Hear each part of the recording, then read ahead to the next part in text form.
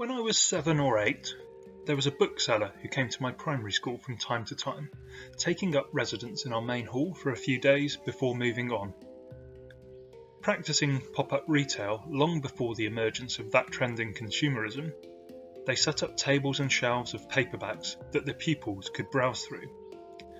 At the time, I already had a wholehearted fondness for wild animals, especially monkeys and apes, and I remember a great thrill in finding a children's novel by Willard Price titled Gorilla Adventure.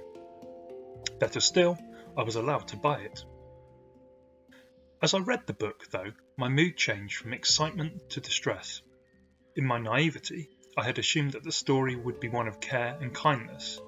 Instead, it told of an expedition to capture a mountain gorilla for a circus, with the would-be incarcerators as the heroes. I cannot recall how many pages I got through, but I know that I cried and that I had to stop before the end. Like many, and perhaps most, young children, I had a strong sense of what was right and what was wrong when it came to human behaviour towards our fellow creatures. Concerns for the welfare of animals was not the only manifestation of my early love of nature. I was also interested in getting to know the world in my immediate vicinity. I enjoyed learning the names of wildflowers growing in the woods above my home, and I made counts of the birds who visited my garden, producing simple bar charts with my findings. Biophilia and biocentric concern were a dominant thread in my life, although, of course, I did not then know these terms. As I reached the age of 11 and went to secondary school, however, my love of nature became slowly interred. In short, I succumbed to the war cries that define and perpetuate our nature-destroying attempt at civilization. These mutually reinforcing slogans insist that humans sit above every other mortal, that the earth is ours for rightful and endless exploitation, and that economic growth is a noble aspiration. I was then, as I am now, a card-carrying nonconformist, but I was not immune to these motifs of modern society. So deeply had my true feelings been buried that it was not until I turned 30 that they emerged to steer my worldview once again. I have written the story of how I returned to ecocentrism in a piece for the Ecological Citizen, which is linked to in the description below this video, so I will not repeat it now. I will, however, pull out two key aspects of my journey. The first is that the practice of natural history can be hugely significant in nurturing our love of life.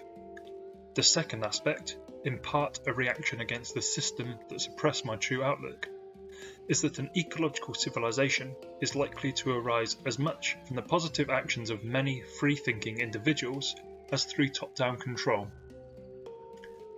Unsurprisingly then, much of the reading that I consider to have been particularly important for me is either that informed by empirical observation of the modern human world, or that which champions the role of individual action. In the former group are works by John Muir, for instance, and more recently Kathleen Dean Moore. The latter group, meanwhile, includes essays and books by Edward Abbey.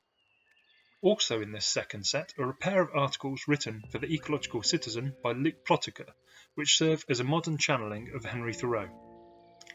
I would highly recommend, in addition, the various writings of Eileen Christ. I will come back here to Ed Abbey, whose novel The Monkey Wrench Gang convinced me that imaginative writing could be a powerful alternative to more typical environmental rhetoric in shifting mindsets and inspiring action. It was thus very pleasing to me when we launched a fiction series for the Ecological Citizen back in 2021. One of the great possibilities of such prose lies in pondering the inevitable near future in which we will be forced to live with far fewer luxuries, but not necessarily less fulfillment. For this reason, while it is not overtly ecocentric, I particularly enjoy reading a de-industrial quarterly called New Maps. More generally, with my renewed passion for creative stories, I feel that I have put the heartbreak of guerrilla adventure definitively behind me.